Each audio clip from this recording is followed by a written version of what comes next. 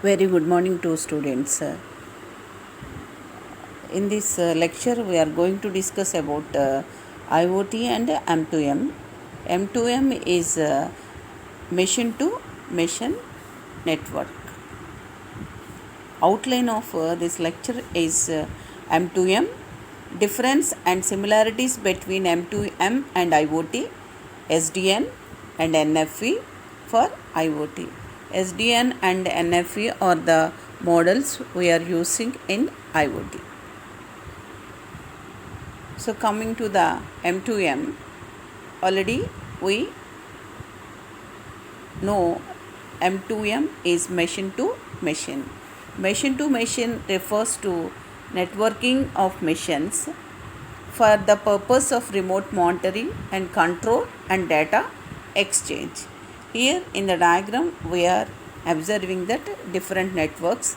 So M2M refers to networking of machines. Machines networking is known as M2M.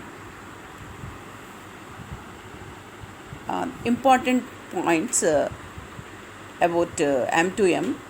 An M2M area network comprises of machines, also known as nodes, which have embedded hardware modules for sensing, actuation and communication. So in M2M, machines have hardware modules for sensing, actuation and communication. Various communication protocols can be used for M2M local area networks, namely Zigbee, Bluetooth, Modbus, MBus, wireless MBus, power line communication, 6LoWPAN, IEEE 802.15.4, etc. The communication network provides connectivity to remote M2M area networks. The communication network can use either wired or wireless networks. It can be used to either wired or wireless networks. While the M2M area networks use either proprietary or non-IP based communication protocols, the communication network uses IP based networks. M2M gateway. Gateway is already we have the conceptual idea through which we can communicate. Since non-IP based protocols are used within M2M area networks, the M2M nodes within one network cannot communicate with nodes in an external network. So one node of one network cannot communicate in another node of another network. To enable the communication between remote M2M area networks, M2M gateways are used. M2M gateways are used. In this, we saw the diagrammatic presentation in this native protocol, protocol translation, proxy, M2M gateway. Difference between IoT and M2M. So M2M is networking of nodes or missions, whereas IoT is the things of internet things.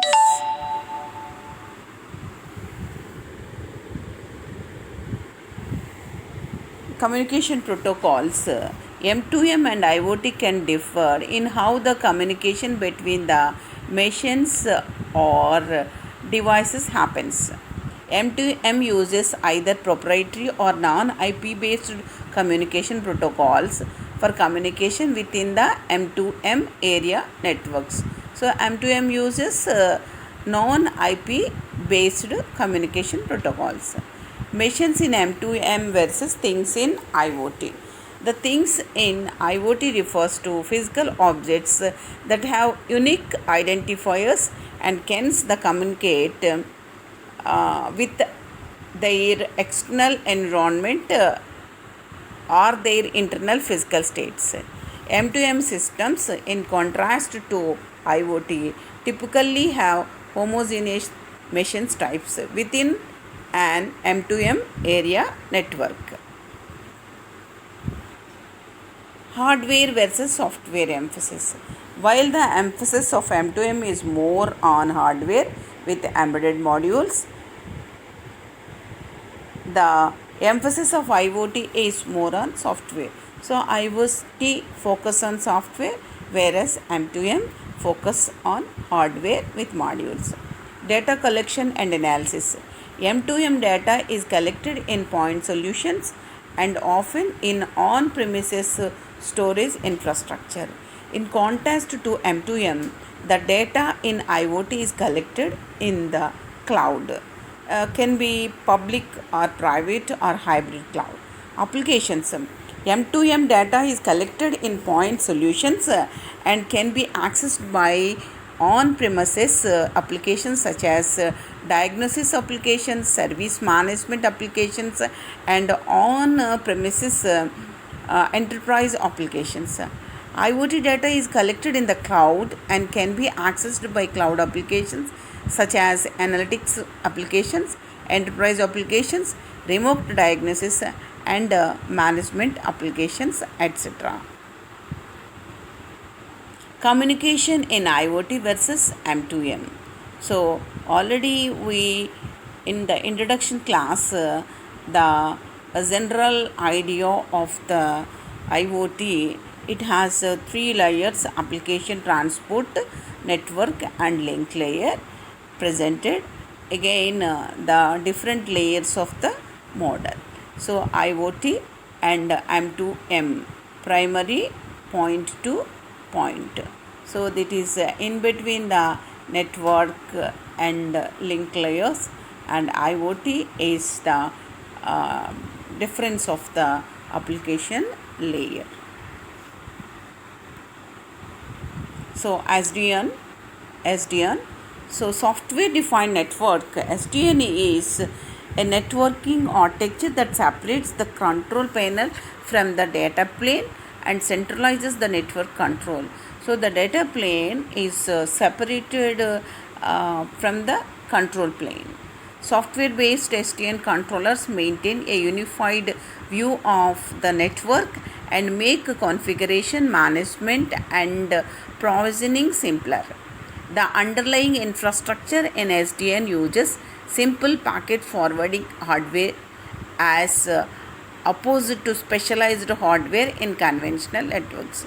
So underlying infrastructure uses simple packet forwarding hardware as opposed to specialized hardware in conventional model.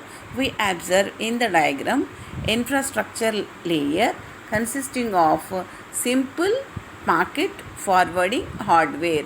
So it's a southbound open API, also known as OpenFlow, and this is the network operating system control layer, northbound open API.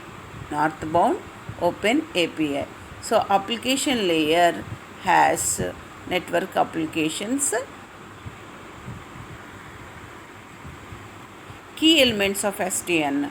So we observe that three elements: centralized network controller, programmable open APIs, standard communication interface.